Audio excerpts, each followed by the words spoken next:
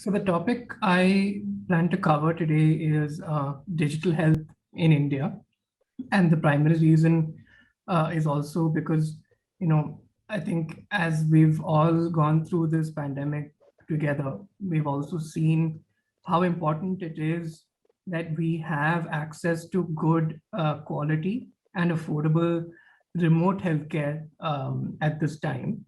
And I think, both from a regulatory perspective and generally from a policy push, we've seen that over the course of, the past year and a half, the government has really stepped up in terms of trying to facilitate the growth of this entire industry. And that becomes very important, especially in this scenario, because it's not only now in terms of metro cities, but even in the rural and suburban areas where you find it difficult to be able to venture out into various healthcare institutions in order to procure healthcare. And to the extent that it is possible, we do want to make sure that the physical institutions of healthcare are reserved for public emergency use. And to that extent, we do find that it becomes very, very crucial that to the extent that we can avoid having to go physically to a healthcare setup, it becomes all the more better, right? And that's why I would say that there's been actually a lot of activity in this space over the past year.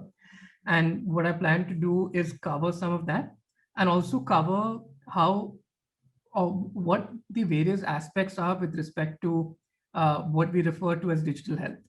So primarily, when you talk about digital health, there are various aspects to it, but I can also tell you that they are very interlinked. Primarily, if you were to define what digital health is, you would think about it as the use of an ICT, which is an information communication technology, to provide healthcare across any digital medium, right? And what is the driving force behind all of it? It's data, right? And you'll understand as we go through this presentation how exactly data plays a very important role in all aspects of the digital healthcare service. So first of all, we will cover telemedicine, what exactly telemedicine is, the various models through which telemedicine is provided today, and where exactly we are in terms of its regulatory framework. We'll also talk about online pharmacies, which is and continues to be a very controversial area in the country, primarily because of some of the litigations that we're seeing and a lot of pushback that we're finding from the traditional offline players in this industry. And I think maybe we'll also discuss what the law is and where we see the law going with respect to online pharmacies. We'll also touch upon artificial intelligence and where exactly we find the concept of AI in healthcare and where we see that today, what we need to bring AI to the forefront from a policy level and from an implementation level, and why it's important that India as a country, given its vast variety of the population, as well as the kind of data it generates, how India can actually be one of the front runners for developing some of the best AI technologies anywhere in the world. We'll also cover electronic health records, and I'll explain to you why an EHR is also crucial in terms of it being the fundamental base for any healthcare delivery happening on an online platform. I'll also cover 3D printing, what the technology is, and how it could benefit both the healthcare and the pharmaceutical industry. and maybe also where we see that technology moving ahead. So when it comes to the current regulatory framework, when we look at digital health, as I said, because we deal with data primarily, we of course have to look at and be compliant with the existing data privacy framework, which is the Information Technology Act. But apart from this, for the longest time, obviously, the traditional forms of healthcare were regulated under various legislations. And although they don't specifically cover how healthcare is to be provided on a digital medium, they continue to hold good with respect to how you deliver healthcare on an online platform.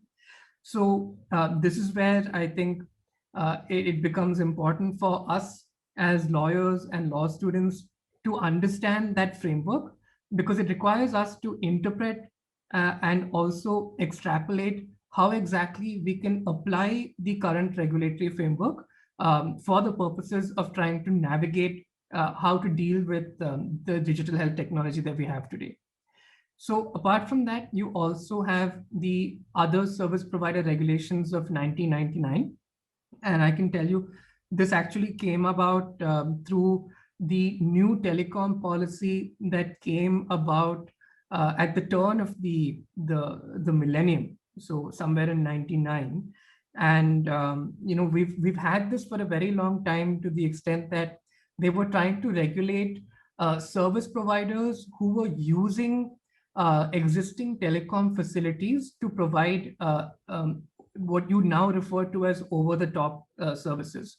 So while you have a separate set of regulations for the digital media content in respect of the OTT platforms that you have today, some of the other services, such as your telemarketing, your telemedicine, and a couple of others, they continue to be regulated with under what we refer to as the OSP regulations. Recently, because of the pandemic, you found that the government has relaxed a lot of requirements under this law, and we'll get into what exactly that is as well. Then you have the MCI Code of Ethics, and this is sort of the Bible for ethical practice for all healthcare practitioners dealing in the allopathic system of medicine. And when I say allopathic, it means the modern system of medicine. As you all know, in India, you have allopathy, you have homeopathy, you have Ayush, which is Ayurveda, Unani, and Siddhi, and all of these other traditional systems of medicine. But primarily, while there has also been movement on the Ayurvedic front, we will focus largely on how allopathic medicine and how that's regulated, and how that continues to be regulated in the online space. So the MCI Code of Ethics, which is the Medical Council of India's Code of Ethics, is something that was brought out under the Indian Medical Council Act. As some of you might already know, the Indian Medical Council Act was repealed very recently and was replaced by what we now refer to as the National Medical Commission Act, right? And while the Indian Medical Council Act was repealed, if you look at the savings clause for the NMC Act, you will find that it basically says that any existing regulation under the erstwhile Indian Medical Council Act, for which there had not been any new guidelines or any new regulations brought out under the NMC, these notifications, orders, regulations will continue to have effect as though they were incorporated in the new legislation. So in today's scenario, while the NMC has been enacted and it has been brought into force, the regulations under the NMC are still something that the government is continuing to develop. So in the interim, the MCI Code of Ethics, they continue to hold good, and they are deemed to have been notified under the new National Medical Council or the National Medical Commission legislation. So what does the MCI Code of Ethics do? It basically governs the interaction between healthcare practitioners or HCPs and any patient that the HCP is engaged with, right? It covers ethical standards. It covers their interaction with not only patients, but also covers how they must interact with allied healthcare industry and pharmaceutical companies. And that becomes important because what the legislation and these regulations try and do is that they maintain the professional autonomy of any healthcare practitioner practicing in the country.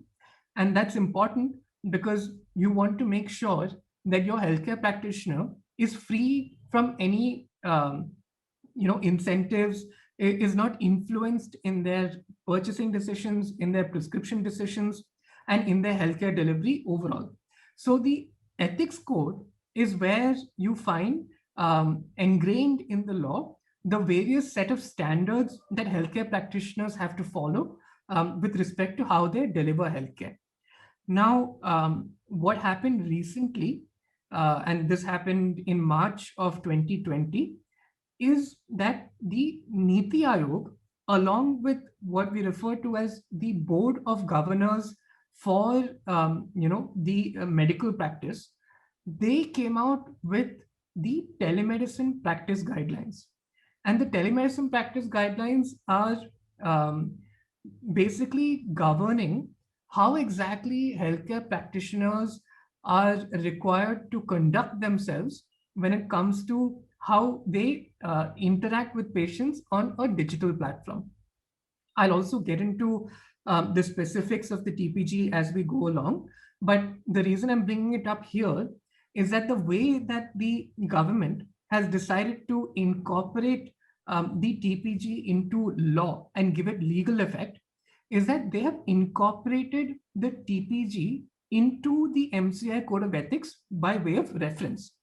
So what that effectively means is that the TPG is legally binding as part of the MCI Code of Ethics, and therefore it falls within the legal ambit of what is now the National Medical Commission legislation. You also have the Pharmacy Practice Regulations of 2015, and this comes under the Pharmacy Act.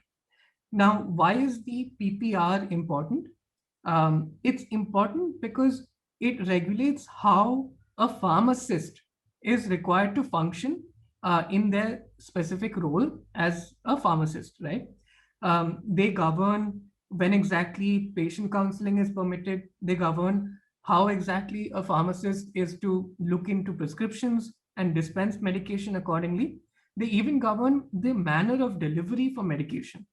And that becomes important again from a digital health point of view, because you find with the advent of online pharmacies, the concept of delivery of medicines is something that companies and the industry as a whole is still trying to figure out to be compliant from an existing legal framework perspective. I think I covered the Indian Medical Council Act, and as I said, that's now been replaced with the National Medical Commission.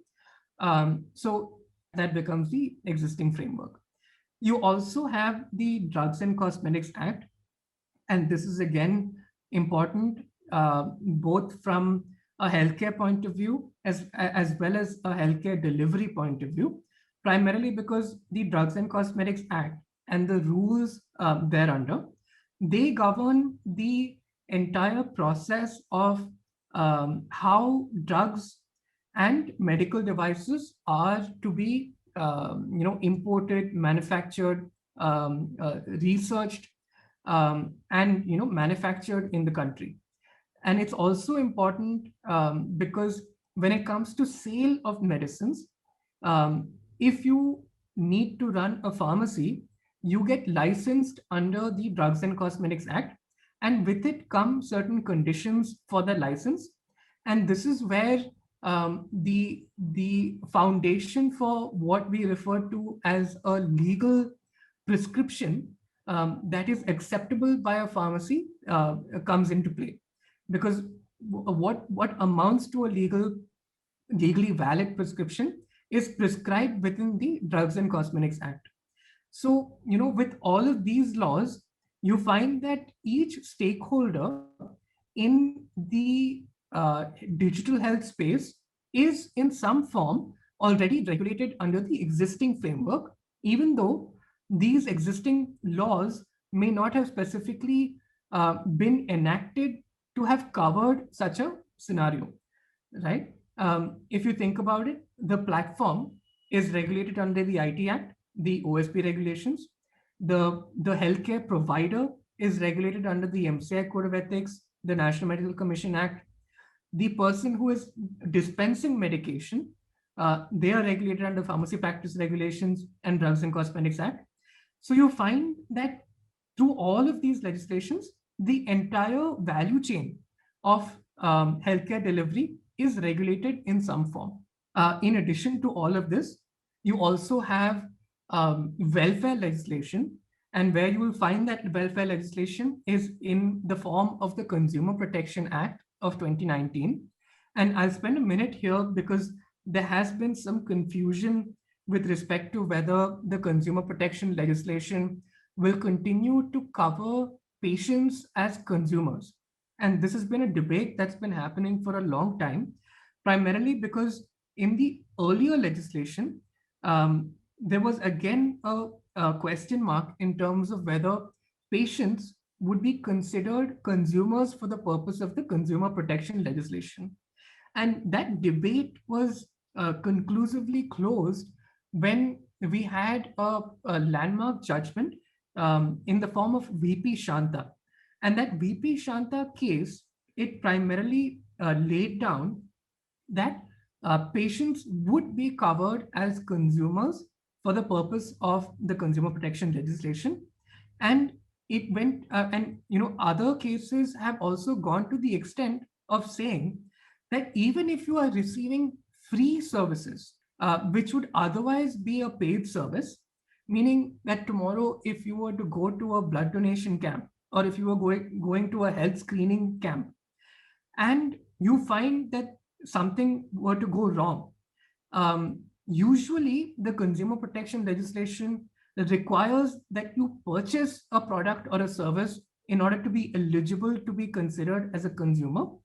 But through jurisprudence, it has actually gone to the extent of saying that if you are receiving a free service, which is otherwise paid for, you continue to be able to avail of the protection under the consumer protection law. So this debate about whether patients are permitted under the consumer protection law to seek remedies in the event of deficiency of service, it came up again when the consumer protection law was revised in 2019, primarily because when the draft of the legislation had come out, patients were specifically covered and healthcare was specifically covered as a consumer from the purposes of the definition in the Consumer Protection Act of 2019.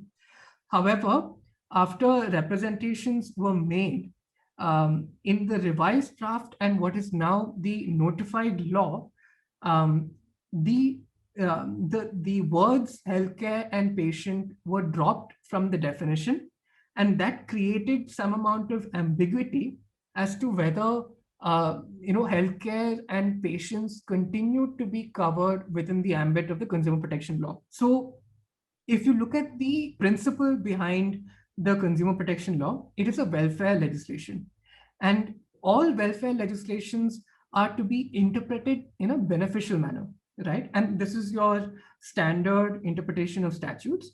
So when you interpret a welfare legislation in a beneficial manner, you will find that the definition for services and the definition for consumer within that aspect is an inclusive definition. So the question is, merely by way of dropping the term healthcare or patients from the law, does that effectively exclude um, this category of people from availing of the protection provided under the consumer protection law? The answer from a legal point of view is no. And we believe that the patients will continue to be able to access remedial measures within the consumer protection law. However, I believe it will be conclusive once a court of law or a consumer protection forum is able to sit on and decide on that matter once and for all, the way that it was done when it came to the VP Shanta case.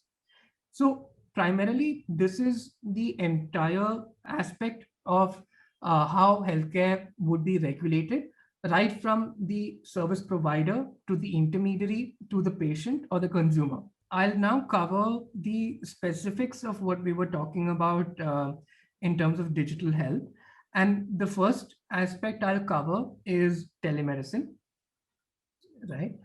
And so when you talk about telemedicine, again, as I covered, telemedicine is basically the use of any telecommunication technology to provide healthcare.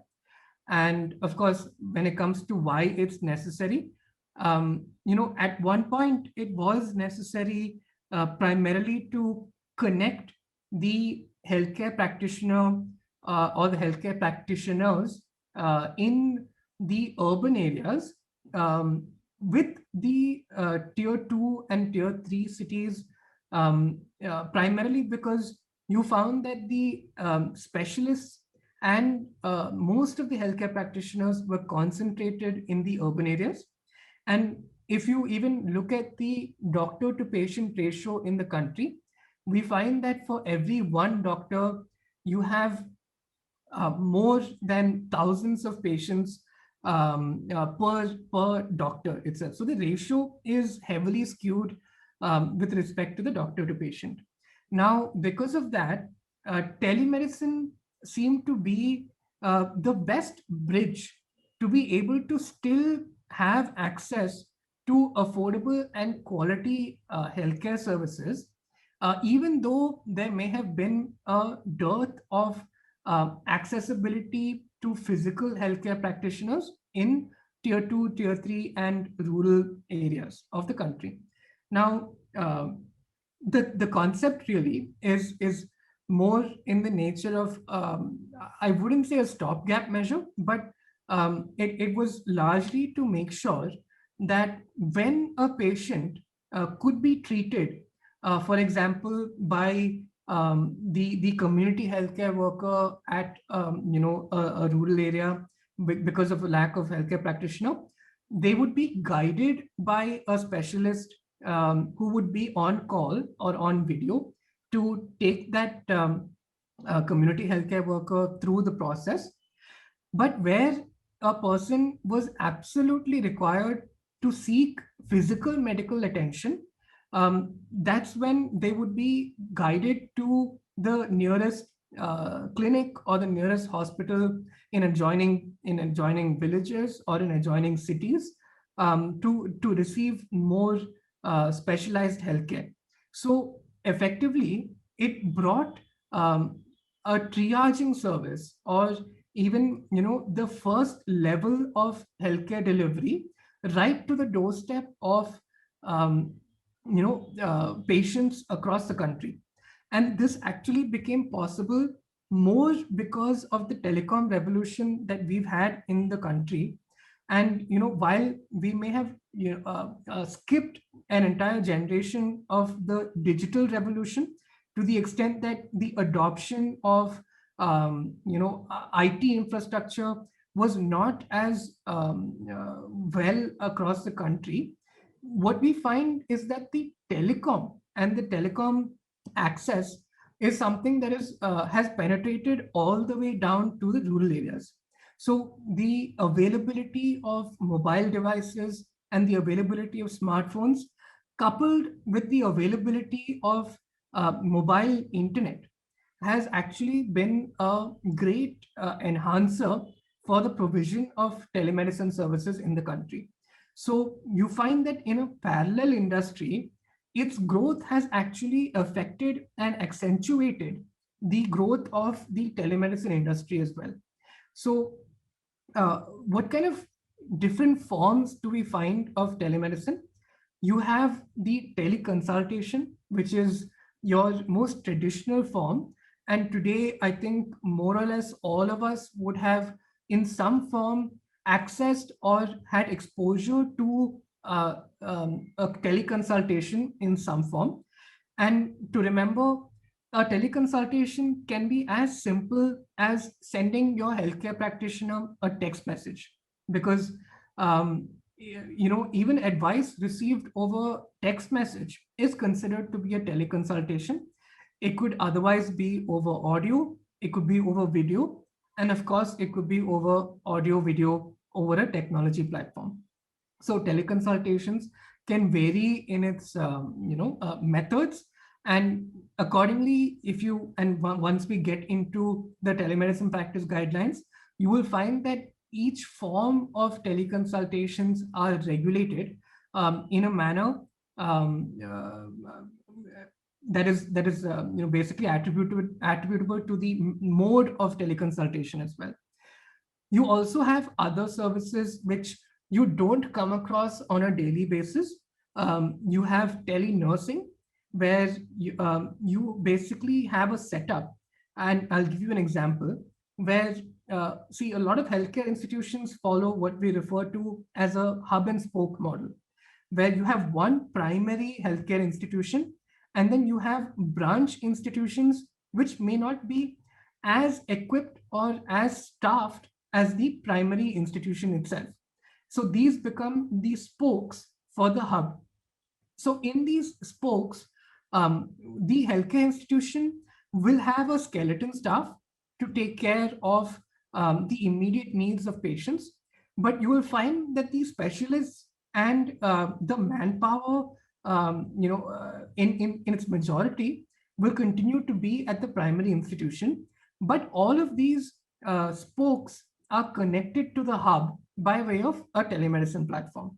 So when it comes to telenursing, what you ideally see, and this is also something that we're finding with respect to having availability of nurses 24/7, is basically you have a monitoring setup at the hub, whereby your ICUs, your CCUs, and your wards are connected by way of audio and video, and as well as telemetrics, meaning that the data with respect to how your health is at that particular time is all connected via a digital platform to the hub, where you have specialists sitting and monitoring the entire progress of what's happening in these remote locations. So one method of telenursing is where you are able to remotely monitor the health of patients, and in the event of an emergency, they are able to alert the relevant person on ground to take sufficient action. The other is with respect to when you don't have enough manpower to be able to have a 24/7 staffing requirement. And you find a lot of companies today, especially in the cross-border practice, is what they try and utilize is that, I mean, because of the time zone differences, it's daytime somewhere in the world, right? So in order to sometimes even reduce costs, what companies do is that for the night shift, they will outsource the monitoring of the healthcare services to another jurisdiction, whereby you are still able to have people monitoring the patients, but reduce your staffing who are on overtime at the actual facility itself. So that way you cover a 24/7 monitoring and care, but at the same time you're also trying to reduce your overheads by reducing the amount of physical manpower at that particular time. You also have teleradiology, and teleradiology is again a concept where you may have imaging technology at various locations, but you may not have people who are able to read or interpret the imaging that comes out of these equipment at that particular location. For example, if let's say you were to take an X-ray or you were to take a CT scan, but at that particular location, you don't have a specialist who is able to interpret the data that comes out of this particular scan. So in teleradiology, you're able to send the imaging and the data that arises from this particular imaging that you've done, and you're able to hand it over to a specialist sitting in another location who can then interpret and also provide the diagnosis on the basis of the imaging that they have received. So teleradiology is also something that is very up and coming. Again, we find this a lot more when it comes to cross-border, whereby either Indian specialists or foreign specialists are looking into the imaging of patients who are sitting in another jurisdiction, and they do this specifically in bulk, which actually helps with the entire healthcare service delivery. The other concept is the tele-ICU. As I mentioned, this ties again back to telenursing, whereby you may have specialists on call, at the ICU itself, but the way tele-ICU works is that you still have a staff that's monitoring the activities at the ICU itself. And if at all there is a situation where, let's say, a patient is crashing, you're able to get the doctor on call to the ICU, as and when required. And when not required, the doctor can continue to provide services outside of the ICU, and therefore you're freeing up the doctor's time. And at the same time, you are making sure that the ICU is constantly monitored as well. The last concept is telesurgery. And this is something that is still up and coming. And I would say that it's at its initial stages, where basically you're able to conduct surgeries sitting from basically any other part of the world from where the patient actually may be. And this actually, the first time this happened, it happened actually back in the 1990s itself, where there was a patient sitting in the US, and the specialist who was to perform the surgery was sitting in France. And at that point, obviously, you found that there were a lot of legal hurdles that they needed to get through in order to do that. And primarily, the main legal hurdle is the fact that the specialist may not be qualified to practice medicine in another jurisdiction. So, in that case, they had to do a lot of they had to change a lot of things in order to actually get that process done. But you do find that within the same jurisdiction, this service is becoming a little more active, primarily because, again, you may have a patient who is located at a remote location and the specialist who is located in another. And what effectively you're able to do is that you're able to control machinery, surgical machinery, that is actually at the venue of the patient through robotics, where the healthcare practitioner is located. So, they basically have, I'll give you an example, and you may want to look at this kind of a device. So there is a whole set of robotic surgery equipment that a company called Da Vinci is marketing and making. Basically, you're able to capture the very fine movements of a surgeon through each finger using this particular equipment. And that same movement is replicated by a robot in the location of the patient itself. And the surgery is able to be conducted by the specialist from that particular location. Of course, we're not at a stage where you can have only robotics to conduct the operation. I mean, at this stage, you are always supplemented through your other staff, let's say supporting surgeons and nurses at the patient location, in order to assist with the entire telesurgery process. So more or less, these are the different forms of telemedicine. And the other point that I also want to explain to you is with respect to how the delivery of telemedicine takes place, right? And I'll also get into why these models have evolved. And this ties back to what I referred to earlier with respect to the territorial limitations of the healthcare practice. And if you compare that, as lawyers today, we are also limited in our jurisdictional practice because by way of registration to a particular bar council, you are eligible to practice law in that particular jurisdiction. And in our case, it will be India. But at the same time, you are not permitted to practice in any other jurisdiction unless you are also licensed to practice in that jurisdiction. The same concept applies even for healthcare practitioners, whereby Indian healthcare practitioners who are registered with the National Medical Commission today are only permitted to practice medicine within the territorial limits of India. So, in order to be able to facilitate telemedicine in its most liberal sense, that would be basically having the ability to practice medicine anywhere in the world while still remaining in India. That concept is still something that is required to be recognized legally. So, what a lot of practitioners do today is what we refer to as the physician to physician consultation. Now, the physician to physician consultation is important from an international scenario whereby you may have, let's say, an Indian specialist or a foreign specialist, and you have the patient either in India or abroad.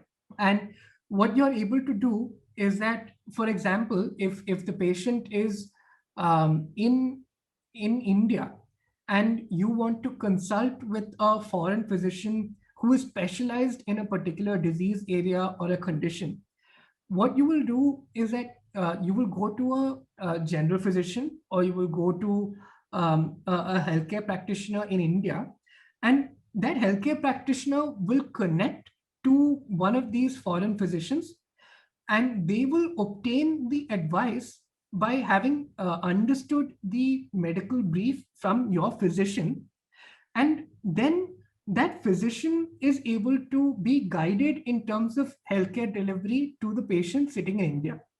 So the actual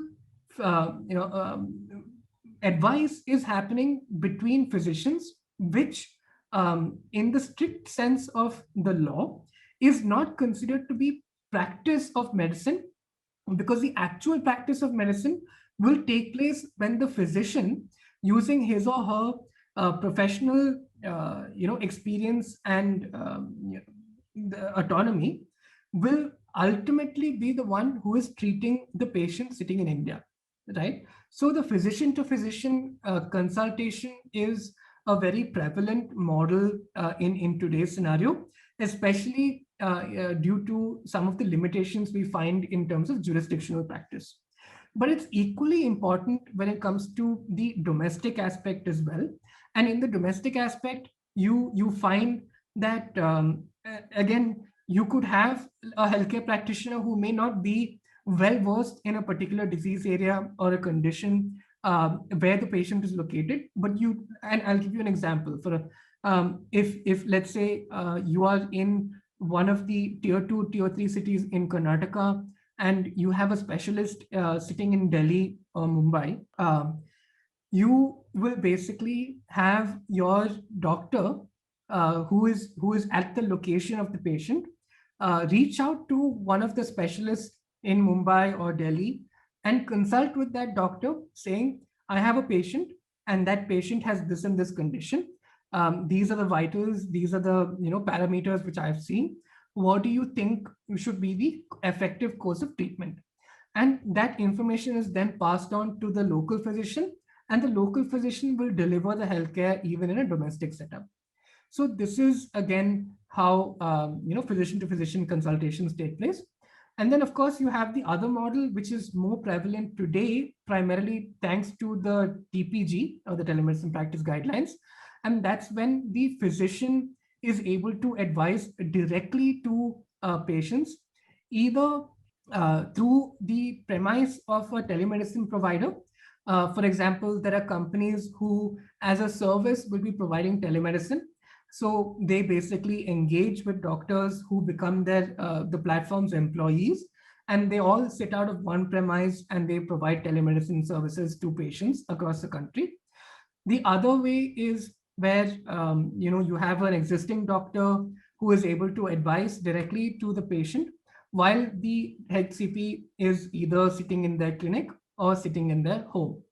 And that's how we find the different methods of delivery for telemedicine today. So now, what exactly is your outcome from a telemedicine service? See, there could be two, right? One is where your doctor advises you that you need to get surgical intervention for a particular problem, and then you'll have to visit a hospital physically in order to do that. But in a majority of scenarios where telemedicine is conducted, you will find that you're able to get effective treatment by way of the doctor telling you what kind of medication to take in order to treat the ailment that you're facing. So, in order to be able to provide a valid prescription through a telemedicine platform, there are certain conditions that you need to maintain. Now, these conditions are captured in the drugs and cosmetics rules, whereby they basically lay down when a registered pharmacist is permitted to dispense medication. And they say that you are only permitted to dispense medication when the doctor prescribes a prescription in writing, and when it is signed and dated by the medical practitioner who is issuing it, and it contains the name and address of the patient, and it should indicate the amount that is going to be supplied or dispensed on the basis of that prescription.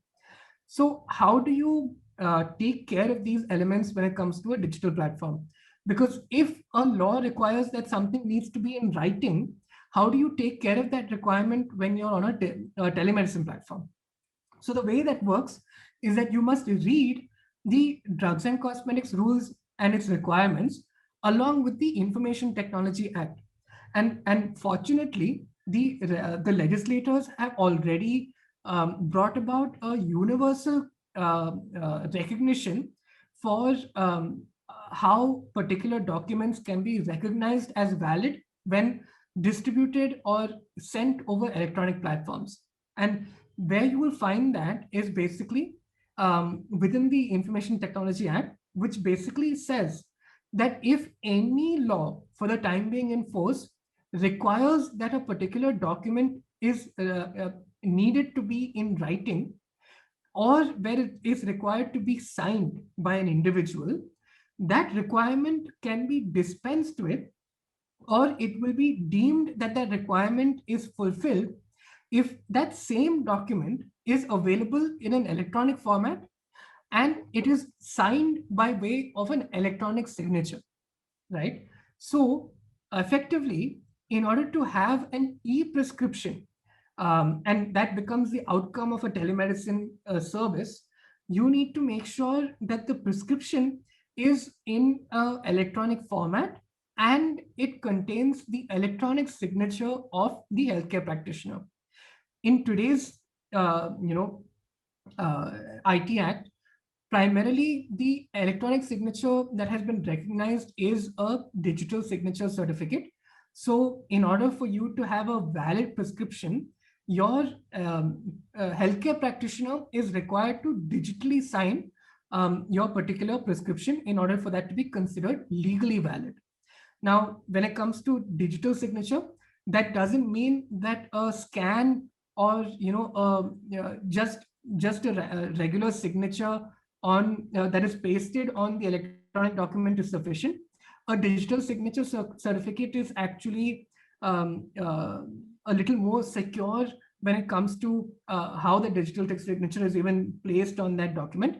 Because once you sign an electronic document using a digital signature, that document is locked, and you are able to understand every time that document is modified since the time that signature was applied, right? And that becomes important from a prescription point of view, primarily because, for example, if you are prescribed an antibiotic and you are given, let's say, a course of five days, and you have to take it twice a day. So totally, you will have to get 10 tablets from your pharmacist. But what if at that time you are unable to procure all 10 tablets and you instead are only able to procure five? So how do you ensure that on the same prescription, you are not, what do you say, getting a double dispensation of the medication? So that's why it's important to be able to track the modifications made to a particular electronic document, because the pharmacist on the pharmacist end is also required by law to actually mention on a prescription how many of the medication was actually dispensed on the basis of that prescription. So that's how you take care of e-prescriptions and the legal requirements on the particular platform. So I also will talk about how you find the prescriptions being dispensed in the digital health space. So primarily, depending on how the telemedicine platform is operating, you will find that sometimes the telemedicine platform will have a direct tie-up with an e-pharmacy. And so what they will do is that after your teleconsultation, your healthcare practitioner will generate an e-prescription, and that e-prescription is sent straight to the e-pharmacy itself, and you're able to make your purchase on the online pharmacy, and you that online pharmacy will deliver the medication to your doorstep. And that basically becomes a very easy model for the patient, because the entire ecosystem for digital healthcare delivery has been taken care of without the patient having to leave their particular location. The other form is obviously where you find that the doctor will issue you the valid e-prescription, and you are able to take that prescription, go to a pharmacy yourself, and pick up the medication that you wish. The last one is where you get a scan of the paper prescription, where basically the doctor will write down the prescription on their traditional prescription pad. They will take a picture of it, or they will take a scan of it, and then you will receive, let's say, an image of that on your WhatsApp or any other communication platform.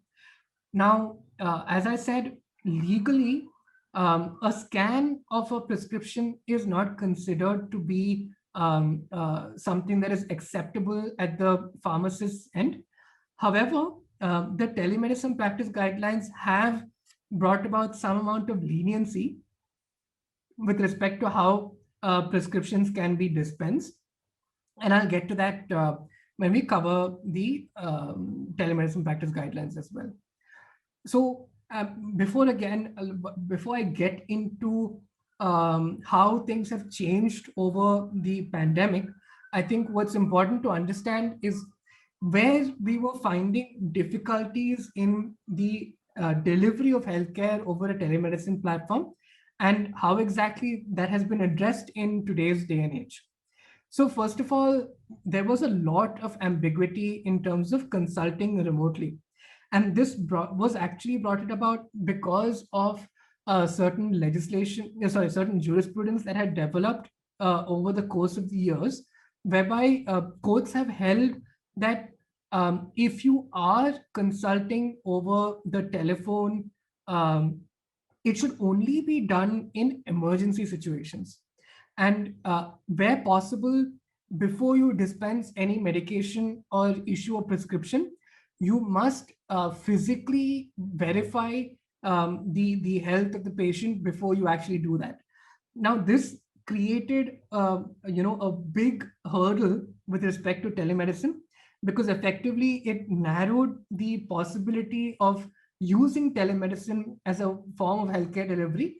But in any case, when you take a look at the jurisprudence and when that kind of a decision was made, it was at a time when um, a lot of doctors were only prescribing on the basis of a telephone call.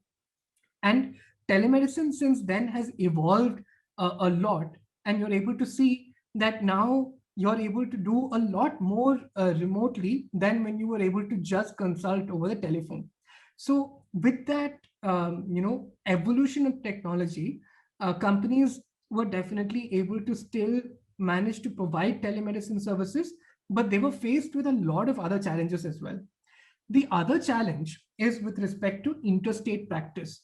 While I've mentioned to you how there was difficulty with jurisdictional practice to the extent that, if you're an Indian physician practicing in the US would be difficult unless you were licensed even there. In India, you have one additional issue, which is when a doctor registers themselves with the medical council, they register themselves with the state medical council. Now, under the law, the state medical council is supposed to forward all of the registrations they have received to the central medical council, and that medical council will have a record of all doctors who are registered with any state. And the legal privilege that doctors have been provided under the legislation is that they are able to practice medicine in any part of India. However, state medical councils have the authority under law to also prescribe additional conditions. And what each state medical council had done at that time was that they had required doctors who are practicing in a particular state to be registered with that state. And if they were moving to practice to another state, they would require to actually obtain an NOC or a no objection certificate from that particular existing state medical council in order for them to be able to practice in the other state. The reason this was being done is also because it was difficult for state medical councils to ensure um, how exactly the law was enforced with respect to medicine and its practice. When you were dealing with interstate practice, there was a question of who is responsible for enforcing the particular requirements of law. And that jurisdictional issue became why a lot of state medical councils went about having this local requirement. Now, because of this, it again made it very difficult for, let's say, a doctor sitting in Bangalore to be able to provide advice to a patient sitting in Mumbai. And that actually became a very limiting factor for the practice of telemedicine, because as I mentioned, a lot of telemedicine is to do with being able to advise patients who are sitting in any part of the country, while the specialist sits in another part of the country. So that became a limiting factor with respect to how telemedicine was being practiced. The other concept, as we covered, was the validity of the prescription itself. There was a big legal question mark in terms of what amounts to a legal prescription, although the interpretation of the law, when you take that from the IT Act and you apply that to the Drugs and Cosmetics Act, it wasn't something that all the regulators were accepting at the time, because it wasn't specifically provided for in either law, and therefore there became a question mark in terms of the interpretation on when a prescription would be considered valid. And of course, you have the regular connectivity and data integrity issues, due to which, attribution of liability became a big question mark as well. For example, if you are a doctor, you operate on a platform, and that platform is providing services to a patient. Now, assuming that there was a situation whereby, because of one of these stakeholders' fault, the connection was dropped, or the video quality was not good enough, and because of that something adverse took place. Who do you attribute liability to? Because the issue could have arisen at the patient level, it could have happened at the doctor level, or it could have even happened at the platform level. So it became very important to try and attribute liability, and accordingly, it also became a limiting factor for telemedicine. So all of these issues were something that we were dealing with in a pre-COVID era. And as I mentioned to you, what took place during the COVID pandemic was that the government quickly and very fortunately came out with the telemedicine practice guidelines. And these telemedicine practice guidelines effectively put a legal recognition for a lot of the issues that were being faced by telemedicine and the service as such. So one of course was that it legitimized the practice of medicine in India over a telemedicine platform. It even permitted cross-state consultations. It also said that regardless of any media, you are able to consult, which took care of the jurisprudence that had otherwise come out, saying that over the telephone it would be a problem. It also said that prescription in almost any form would be considered valid. And what it did was that it basically provided a matrix of the various modes of consultation, the nature of that consultation, and what exactly you would be allowed to prescribe on the basis of that consultation. So it considered SMS to be the lowest form and an audio video consultation to be the highest form of completeness when it came to a telemedicine consultation. And accordingly, it put into different buckets the kind of medication that was permitted to be dispensed on the basis of the kind of telemedicine that was being used, right? So when it came to SMSs, you would find in the telemedicine practice guidelines that you would have a very limited number of medicines that were permitted to be prescribed. And when it comes to audio video, you find that it would have the most kind of medicines that you could prescribe over a telemedicine platform. It also divided between first time consultations and follow on consultations. And that becomes important even today, because basically even there, what the telemedicine practice guidelines it envisaged was that if you are a doctor who has an existing relationship with the patient, you already know the condition of the patient, and what the telemedicine platform is going to do is help you with your follow-on consultations. So you are permitted to prescribe a much larger scope of medicines over a telemedicine platform when compared to a first-time consultation, whereby that doctor is unable to know the in and out of the patient's condition over a telemedicine platform, and thereby the kind of medicines that were permitted to be dispensed had accordingly been narrowed. So primarily, you find that what the government did in the form of these guidelines is that they put in a stopgap measure.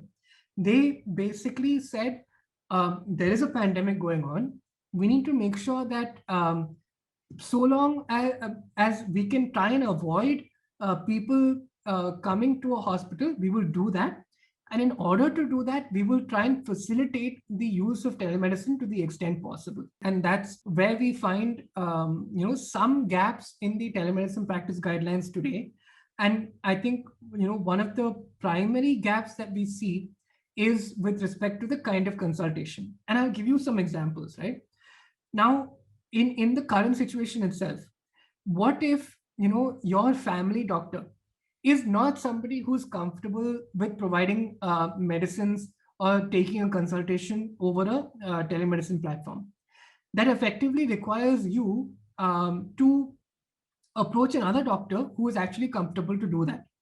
But if you approach another doctor, it means that that consultation with the new doctor is considered a first time consultation. And when it comes to first time consultations, the kind of medication that can be prescribed are very limited. You can only prescribe certain antibiotics and certain over-the-counter medications when it comes to a first-time consultation. Now, what that effectively means is that if you are suffering from a chronic condition, and for example, diabetes, and you need a refill for your medication that you are taking for diabetes, so effectively legally you are not permitted to obtain a prescription from a first time consultation for a chronic condition, and you are only permitted to do that through a follow on consultation. Another limitation that came up is that every uh, follow on consultation is considered a follow on consultation only for a period of 6 months, meaning that within a period of 6 months, you must have physically visited that particular doctor in order for the virtual consultation to be considered a second or follow on consultation. But as we all know, the pandemic has been going on for a lot longer than 6 months. And ideally, at that stage, obviously the government did not expect that the pandemic would be going on for this long. But in any case, the limitation again is that even if your family doctor or the doctor you generally visit is somebody who is comfortable with the telemedicine platform, but at the same time, you have not been able to visit that doctor physically. And after 6 months, even a consultation with that doctor is considered a first time consultation. And again, the kind of medications that you are permitted to prescribe come down heavily, right? And so these were some of the limitations that we saw in terms of consultations. The other point is that for the time being, the cross border consultations as a whole have been excluded from the ambit of telemedicine practice guidelines. Not to say that it has been prohibited, but at the same time, it is not something that the government has regulated for the time being. So that remains to be an open area in terms of how exactly things need to be conducted. The other aspect is also that artificial intelligence and software and its use in telemedicine have also been excluded from the ambit. So as of today, the use of artificial intelligence technology and other softwares that aid the practice of medicine are something that continues to be unregulated, and we don't have a lot of guidance on that. So because of that, I mean, there are obviously certain issues. The other point is also that because the telemedicine practice guidelines also completely liberalized any form of consultation and any manner of prescribing, there is obviously now a situation where you don't have standardization. So you may be receiving WhatsApp messages from one doctor, but only through a platform or another. And if you were to move from one platform to another platform, or if you were to take that record from one online consultation to a physical consultation, it becomes difficult for you to have access to your healthcare records, because at this time we don't have a standardization. And that really becomes a difficulty. And that's why for a while now we have been propagating and advocating for a separate law to govern digital health, because as you see, with the various stakeholders that are impacted from a digital healthcare practice, you are governed by a very separate set of legislations across the board. And what would really help is if you were able to combine and consolidate that entire practice of medicine over online platforms into one legislation, which would otherwise standardize and more particularly govern how exactly digital health were to be regulated. And I'll get to online pharmacies, and I'm mindful of the time, so maybe we'll stop with the online pharmacy situation, and I'll quickly go through that as well. So, online pharmacies have been around for a while now, and you have various companies that are in this particular space, and they are providing, medicines, and they are dispensing medicines on the basis of, orders received on an online platform. But this obviously has not gone down very well for the offline, distribution channel, primarily because online pharmacies are in an unregulated space. Because as of today, while the offline distribution channel is required to obtain licenses, is required to fulfill certain conditions of licenses, online pharmacies are not, because they are considered a technology platform. and that technology platform sits outside of the regulatory framework that is existing as of today.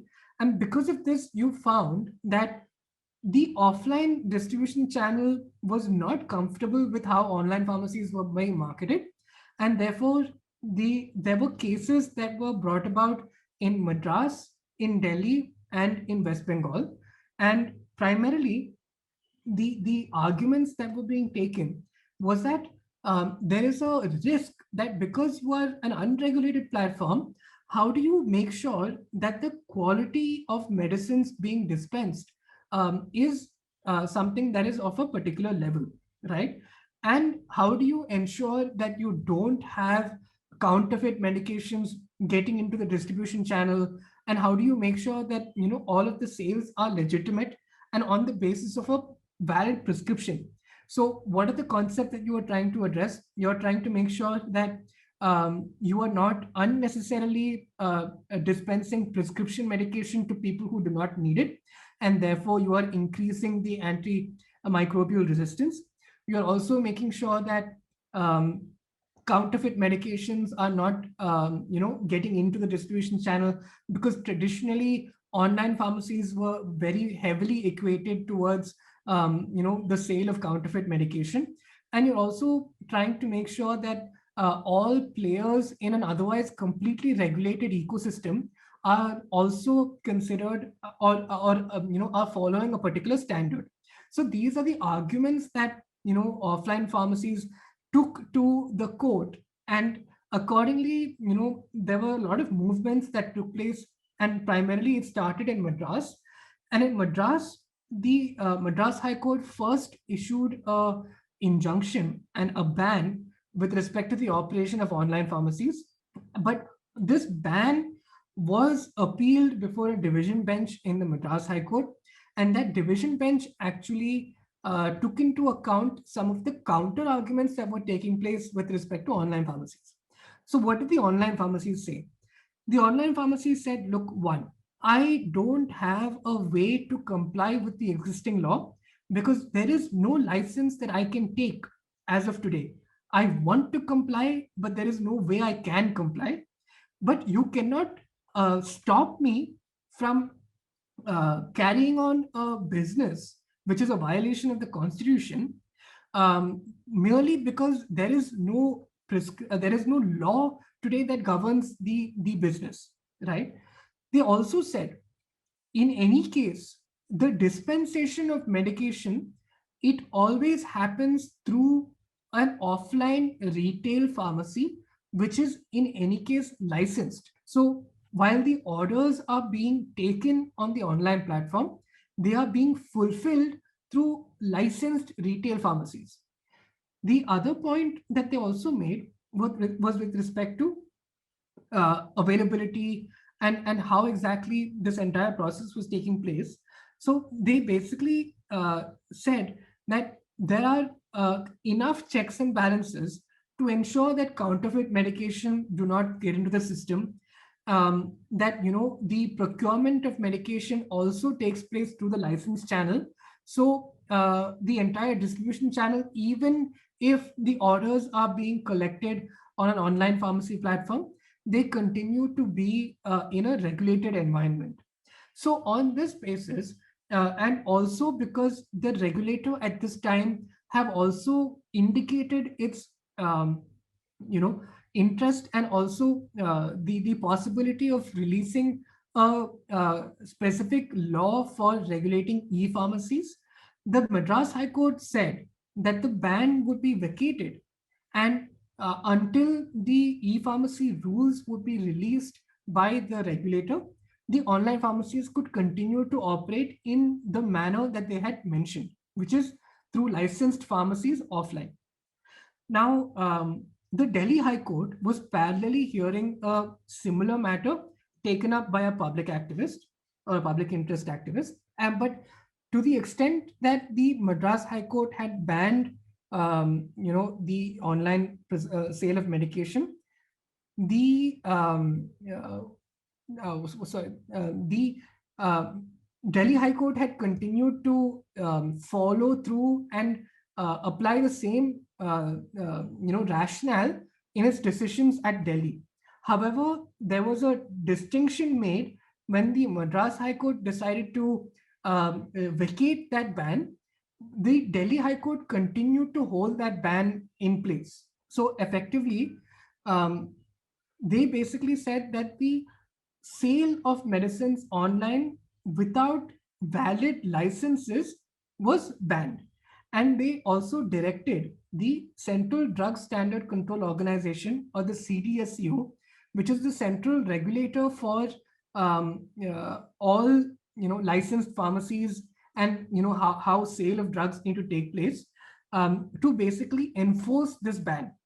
And so, therefore, even though it was the Delhi High Court who would otherwise be limited in its jurisdiction to issue that ban nationwide, they were able to enforce the ban by directing the central regulator to actually make sure that the ban is in place. So, why do we find that online pharmacies are still active and they continue to run their entire model? The reason being that when you look at the online pharmacy operations today, all the online pharmacy operations are working in a manner that they collaborate with offline pharmacies, and they dispense medication only through a retail pharmacy which is licensed. Now, the interpretation that online pharmacies have taken is that if you are operating in this business model, whereby you are dispensing through a licensed pharmacist offline, then the ban does not apply to you. And primarily because the ban says that if you do not have a license, you cannot operate. And at the same time, the e-pharmacy rules, which were to be brought out by the central government, are still something that's in the draft form. But due to these factors, the online pharmacies have taken the view and the interpretation that the ban does not apply to them. And so far, we do find that the regulator has not taken stringent action with respect to the operation of these platforms, at least for the time being. Um, so you find that this is primarily what we deal with on the online pharmacy platform. Thanks, please.